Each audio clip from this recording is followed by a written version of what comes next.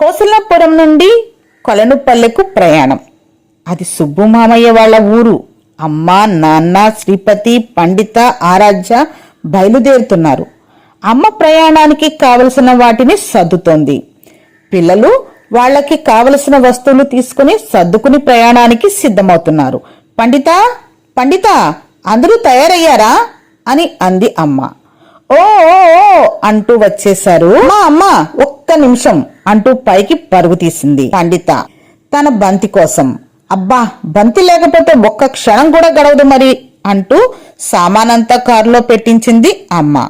అందరూ బయలుదేరారు సుబ్బు మామయ్య వాళ్ళ ఇంటికి. మామయ్య వాళ్ళ ఊరు కొబ్బరి తోటలతో, మామిడి తోటలతో, వరి పొలాలతో, నేల కుంటలతో భలే భలే ఉంటుంది. సుబ్బు మామయ్య తన తోటలు శుభ్రం చేసి ఊయలలు కట్టించి మరీ సిద్ధంగా ఉంచాడు. కారు కొలనుపల్లెకు చేరుకుంది. ఒక్క ఉదుటున దూకేశారు పిల్లలు. ఆనందంతో ఇంటిలోనికి వెళ్లడం ఆలస్యం. అల్లరి మొదలు పెట్టేశారు. వీళ్లను పలకరించడానికి ఊరి పిల్లలు వచ్చారు. కాని శ్రీమత్తు, పండిత్, ఆరాధ్య బంతిని తీసుకుని తోటలోనికి ఆడడానికి వెళ్లారు. ఆ ఊరి పిల్లలు పాలు, మణి కూడా తోటలోనికి వెళ్లారు.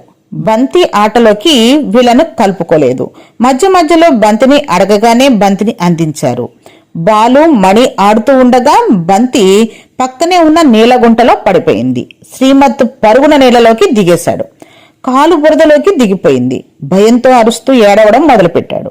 ఆరాధ్య, పండిత బాగా భయపడిపోయారు. అంతా చూస్తున్న ఊరి పిల్లలు బాలుమణి ఒక్క ఉదుటున తాండ్రతీగను లాగి జడగా అల్లి శ్రీమత్కి విసిరి గట్టిగా పట్టుకోమని గట్టుకు లాగేశారు. బంతిని కూడా తీసుకుని వచ్చి ఇచ్చారు. పండిత, ఆరాధ్య కృతజ్ఞతలతో పాటు క్షమాపణ కూడా చెప్పారు.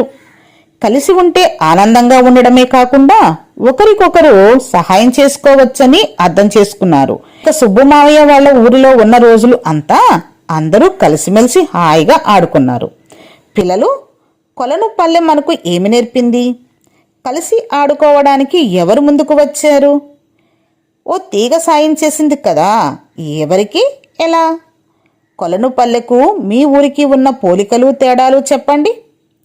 మీరు కలిసిమెలిసి ఆడుకుంటారా? అలా ఉంటే ఉపయోగాలేంటి? మీరు బాగా సంతోషంగా, ఐకమత్యంగా గడిపిన సందర్భాన్ని చెప్పండి.